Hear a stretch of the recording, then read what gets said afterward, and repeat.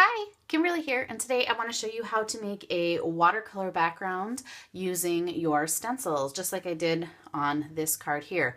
We'll also do a little bit of stamping too. So here we go.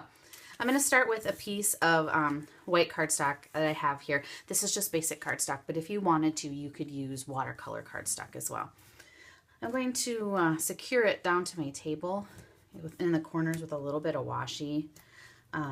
I just keep a few strips always cut here so I can hold things in place. I don't want it to slide around underneath my stencil.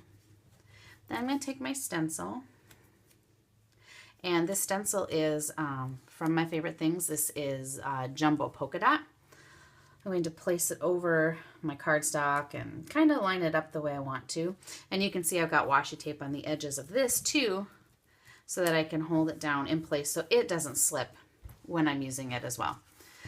To make my watercolor, I'm going to use my favorite things ink. This is the dye-based ink, and I'm going to put it onto my craft mat. Just push a little bit in there. This is just a Teflon surface that wipes clean. That's so great to use. And then what I'm going to use is I'm going to use a water brush. My favorite water brush. This has a tip on the end. That's a brush, and this is a thicker one. And then it has a reservoir in this end. And you stick the reservoir into water and you squeeze it, and when you let it go, the end fills up with water. As you're using your water brush, if you want more water to flow out of it, you simply squeeze there. I don't want to squeeze a lot of water out here, and I will show you why in a minute. Pick up a little bit of color and go in and fill in the circle. It's going to seep through just a little bit because it's water and it's getting under the small openings of your stencil. But that's okay because we are going for a watercolor look. I am not really squeezing the end of my water brush because it is putting out a little bit of water. And sometimes I return back to get a little bit more ink, and sometimes I don't. I like the idea of some of them being lighter and some of the circles being darker. You could also, instead of just putting your ink pad onto your craft mat, you could also take a re-inker. Just take your dye-based re-inker and put a couple drops onto your mat as well. That would also work. Just going to continue to finish up my pattern here. You could hold the stencil down a little bit more if you want to keep it from going out. And what I mean, I just mean, by that I mean the water going out from underneath the stencil. You could make this a whole lot lighter if you wanted to add more water. You could water down your ink on your craft mat by simply spritzing it with water if you wanted less color. I kind of like the light and the dark mixes here.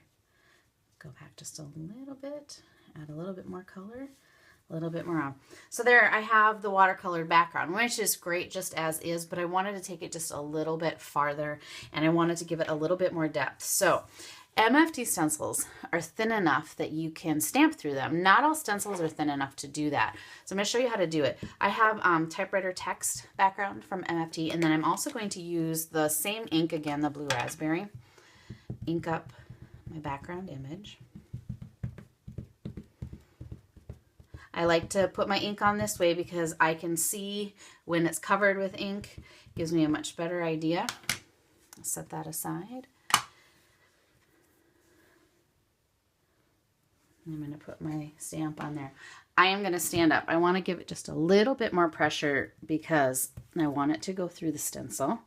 So I'm going to push a little bit. You like my fancy labeling system? It's an easy way to keep track of your stamps. And there we go. We have the background that I've stamped through my stencil as well as watercolored. And now you have this really cool one-layer background for your next card. And there you go. Watercolor through your stencils with a little bit of stamping. Have fun creating.